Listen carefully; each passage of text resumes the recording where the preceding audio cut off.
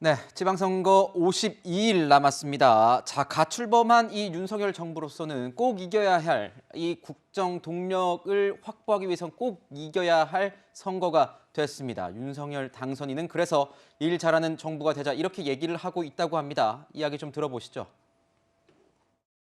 제일 중요한 것은 정부는 뭐 딴 거 있겠습니까? 유능하고 일 잘하는 정부가 중요합니다. 우리는 국민의 공복이고 국민의 머슴입니다. 국민의 심부름꾼이고 이 머슴이라고 하는 것은 국민들이 볼 때 아주 기민하면서 일 잘하고 아주 똑똑하고 유능하게 하는 것입니다.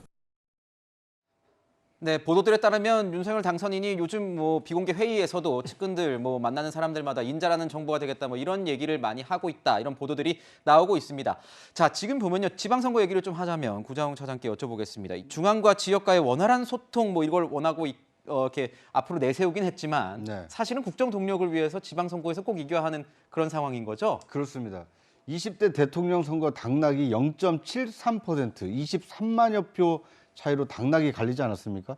그리고 지금 그 윤석열 대통령 당선인 이후에 실시된 어떤 기대 관련된 여론조사를 보면 여전히 50%대 초중반에 지금 머물고 있습니다. 그러니까 그만큼 높은 기대를 지금 받고 있지 못하기 때문에 국정 동력을 확보하기 위해서는 지방선거에서 승리하는 것이 굉장히 중요합니다. 네. 그러니까 일 잘하고 유능한 정부를 만들려면 그 국민의 지지가 반드시 필수적이거든요. 그 국민의 지지를 확인할 수 있는 전국적인 선거가 6월 1일 지방선거이기 때문에 아마 지방선거에서 윤석열 당선인을 배출한 국민의힘이 대선보다 더 많은 지지를 받는다라면 윤석열 호는 이제 순풍에 돛단 듯이 아마 그 순항을 할 가능성이 크고요. 만약에 지방선거에서 대선보다도 나쁜 어떤 결과를 손에 받아들게 된다라면 상당히 이제 국정을 운영하는데 어려움이 예상되기 때문에 아마 지방선거 승리를 위해서 상당히 좀 매진할 것으로 예상이 됩니다. 네, 보니까 국민의힘에서는 또 이 지방선거, 그래서 지방선거 캐치프레이즈로 일 잘하는 정부 이런 걸 관련된 캐치프레이즈를 달겠다 이런 얘기도 들려오고 있으니까요. 여러분께서 한번 지켜보시는 게 좋을 것 같습니다. 네, 자, 이 선거에서 어디보다도 가장 뜨거운 지역 경기입니다. 여야 모두 이제 거물급들이 출마를 하고 이제 예비후보 등록도 채비를 하고 그런 분위기 속에서요. 민주당에서는 좀 경선 룰 때문에 시끌시끌한가 봐요. 네, 그렇습니다. 우리가 당원 당규상 민주당은 그 50대 50, 그러니까 권리당원 50과 그다음 일반 국민 50%로 이제 경선을 하게 되어 있는데요. 그렇다면 이제 조정식 의원 같은 경우에 어떤 제안을 하신 거냐면, 네. 그러니까 그 권리당원이 아닌 일반 국민이라도 경기도 내에 이제 거주하고 계시는 유권자라고 한다면 참여 의사만 밝히면 경선인단에 넣자, 이런 취지입니다. 그렇군요. 결국 근데 이것을 다시 이면을 들여다보면 결국 그 조직력이 있는 사람이 유리하게 되는 당연히 그런 룰이거든요. 그렇다면 이제 김동연 대표 같은 경우에는 네. 상대적으로 조직력이 약하다고 볼 수 있고 당내 기반도 조정식 의원에 비해서는 좀 약한 상황이기 때문에 이 부분에 대해서는 좀 첨예한 이해관계 갈등이 있을 것은 같습니다. 그렇지만 이 경선 룰 자체는 또 협의가 되게 되면 그 후에는 다 따르게 되어 있기 때문에 그런 것으로 인한 내용이 지속적으로 있을 것 같지는 않습니다. 그렇군요. 자, 이런 상황에서도 또 거물급 인사들이 경기도로 많이 향하고 있다는 얘기가 들리고 있었죠. 그래서 공천 면접도 받습니다. 지금 보면은 국민의힘에서는 이 김은혜 의원, 그리고 유승민 전 의원, 심재철 전 국회 부의장, 그리고 함진규 전 의원 이렇게 나오고 있다 이렇게 얘기가 있는데 윤심 얘기가 계속 속속 들려오지 않습니까? 윤심이 누구에게로 작동하고 있느냐, 위원님? 윤심이란 게 지금 있습니까? 있을까요? 어떻게 보세요? 굳이 말한다면은 윤심은 김은혜, 유승민, 심재철, 함진규라기보다는 국민의힘 후보에게 있는 거 아니냐 이렇게 정답을 얘기할 수도 있겠지만 네. 많은 분들이 보기에는 그래도 윤석열 당선인의 대변인을 하다가 출마를 한 김은혜 의원에게 조금은 가 있는 거 아닌가 이렇게 상식적으로는 그렇게 생각할 수 있겠고 김은혜 의원은 약하게 부인합니다만 인수위 쪽도 그렇고 김은혜 의원도 그렇고 강력하게 부인하지 않는 걸로 봐서는 윤심이 전혀 없는 건 아닌가 보다 하고 많은 국민은 이해는 할 수 있을 것 같은데 실제로 이제 선거에서 어느 정도 영향력을 미치느냐 지금 여론조사는 얘기할 수 없기 때문에 네. 구체적으로 말씀은 안 드리겠지만 전체적인 흐름이 초반에는 유승민 후보에게 굉장히 유리했는데 김은혜 그 의원도 상당히 이제 힘을 받아가고 있고 또 거기에 윤심이 아닌 박심을 얻었다는 강용석 변호사까지 지금 이제 출마할 채비를 갖추고 있고 이분이 만약에 지금 입당이 허용이 안 됐기 때문에 입당인지 복당인지 네. 네. 만약에 무소속으로 나오면은 지난 이제 대선 결과로만 보면은 이재명 후보가 윤석열 그 후보를 5%포인트 정도 이기지 않았습니까? 그래서 강용석 후보가 만약에 3% 정도 득표만 하더라도 여야 간에 당락에 영향을 미칠 수 있다. 그렇기 때문에 지금 경기도 선거는 윤심뿐만 아니라 박심에다가 이재명 전 후보인 2심까지 얽혀가지고 매우 어려운 혼전이 되는 거 아닌가 이렇게 생각이 됩니다. 그렇군요. 네, 지금 방금 언급해 주셨는데 경기도지사 이제 출마 의사를 밝힌 강용석 변호사 같은 경우에는 지금 복당 시도했다가 최고위에서는 안 됐단 말이에요. 근데 그 과정에서 네. 이준석 국민의힘 대표랑 통화 내용으로 진실 게임을 벌이고 있어요, 구장차장. 어떤 네. 내용입니까? 그러니까 이제 그 이준석 대표가 어떻게 보면 이제 사실상 복당을 좀 불허하는데 역할을 한 거 아니냐 이제 이런 그 논란에 좀 휩싸여 있는데요. 강용석 대표가 만약에 복당이 됐다라면 당내 경선을 치렀을 겁니다. 그러면 어떻게 보면 좀 쉽게 이 당내 그 내홍을 좀 잠재울 수 있었는데 오히려 지금 복당이 불허되다 보니까 네. 누가 강용석을 그런 복당을 못하게 막았느냐 네. 이런 진실공방으로 좀 빠진 측면이 있고요.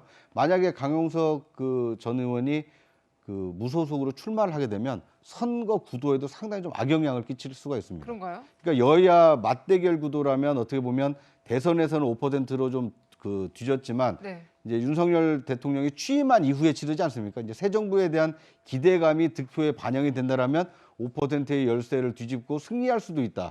그렇게 되면 이 국정 동력을 확보할 수도 있다. 이제 이런 예상이 가능했는데 근데 선거 승리를 좌우하는 가장 중요한 요소 중에 하나가 선거 구도거든요. 네. 그러니까 1대2 구도로 뭐 야당 민주당 1명, 그다음에 여당 강용석, 뭐 김은혜, 유승민 뭐 누가 될지는 모르겠습니다만 이렇게 치러진다라면 여러 후보, 그러니까 지지층이 겹치는 후보가 많이 나온 쪽에서 다수 득표를 하기가 좀 어렵기 때문에 이 선거 구도 측면에서도 상당히 좀 어려워 보입니다. 그러니까 이번 그렇군. 경기도지사 선거를 네네. 대선 연장전이라고 하는 이유가 딱 그겁니다. 그러니까 대선에서는 박빙 승부로 났지만 경기도에서 졌던 것을 만약에 만회한다라면 예. 윤석열 당선인이 완벽하게 승리한다.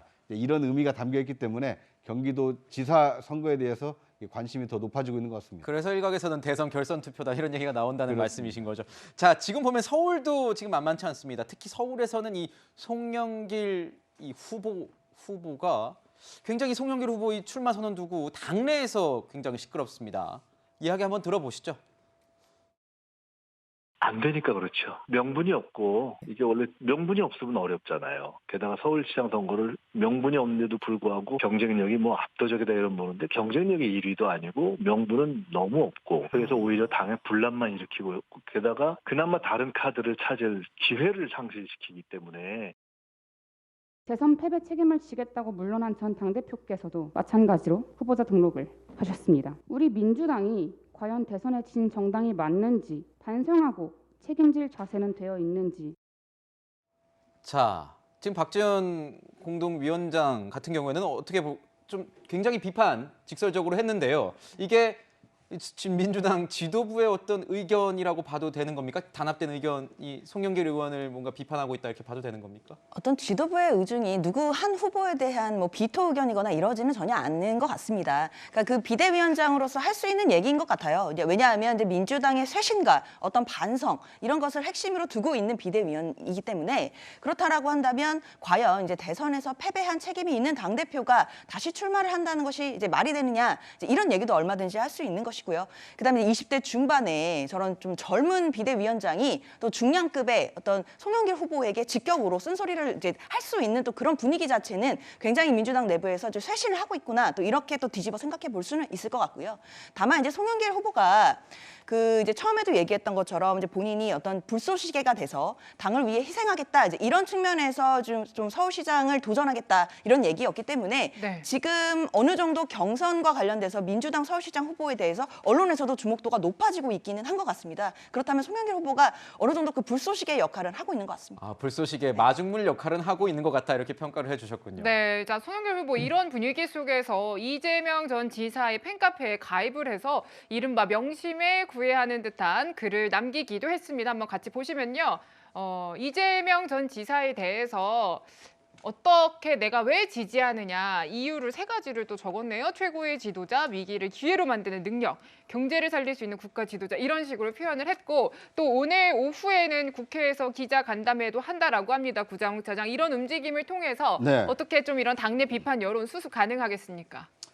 그러니까 이제 불쏘시개는 장작에 이제 불을 붙이는 기능을 하고 사라지는 거 아닙니까? 네. 그런데 이제 지금 송영길 대표는 불쏘시개에 그치지 않고 이제 장작불이 돼서 서울시장 후보가 돼서 이제 이 지방선거에 출마하겠다 이제 이런 의지를 밝히고 있기 때문에 이제 당내 논란이 상당히 좀 커 보입니다. 그런데 지금 그 민주당의 경우에는요. 대선에서는 패배를 했지만 네. 대선 패배 이후에 문재인 대통령도 퇴임하지 않습니까? 그러니까 당내 주류 세력이라고 할 수 있는 친문의 퇴조를 앞두고 새로운 어떤 이제 주류가 되기 위한 이재명 전 후보와 이제 송영길 전 대표 간에 어떤 뭐랄까요 이렇게 헤게모니 쟁탈전이 좀 벌어지고 있다 이렇게 보는 것이 좀 타당할 것 같고요.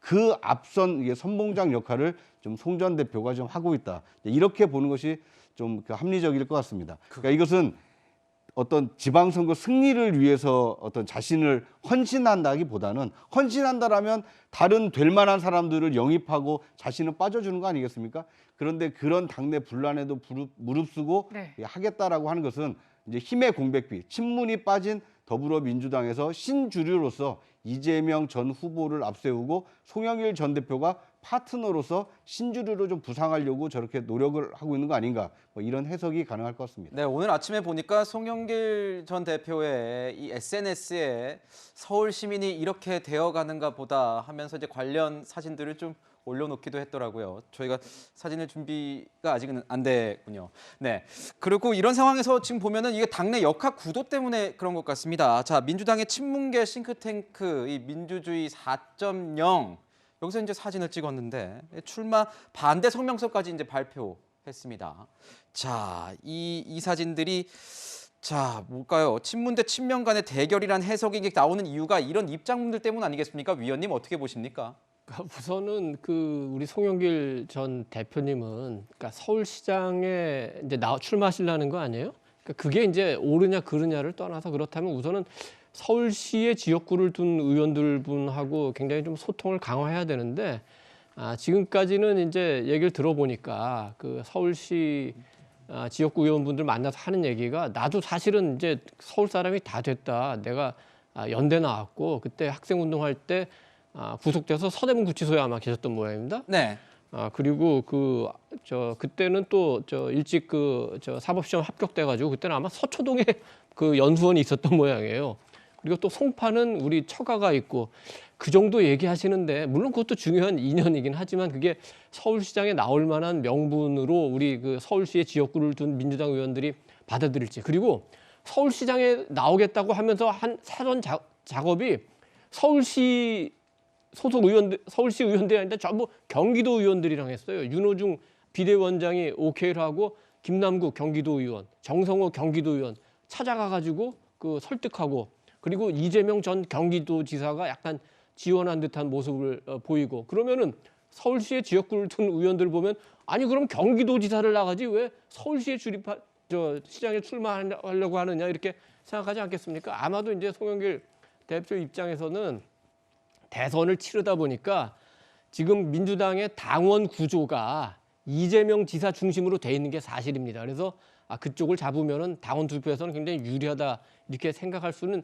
있을지 모르지만 그래서 우선 서울시장에 출마를 하려면은 서울시 지역구 의원들 지금 48개의 서울시의 지역구가 있는데 그중에서 원래 40곳이 민주당 의원이고 이번에 이제 종로가 최재형 의원으로 가는 바람에 선언하고 네. 압도적으로 민주당 의원이 많기 때문에 그분들과 먼저 소통을 해야 된다 이렇게 생각합니다. 서울로 이사를 하셨는데요. 현역 지금 인천 계양구을 국회의원이십니다.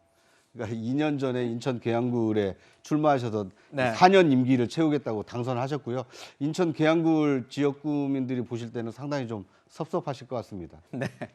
그래요. 자, 서울에 이어서 대구 상황도 좀 보면요. 여기서는 이제 박근혜 전 대통령 관련한 이런 분위기들이 굉장히 관심이 뜨겁습니다. 유영아 변호사의 후원회장을 맡았죠. 박 전 대통령의 모습 영상으로 보시죠.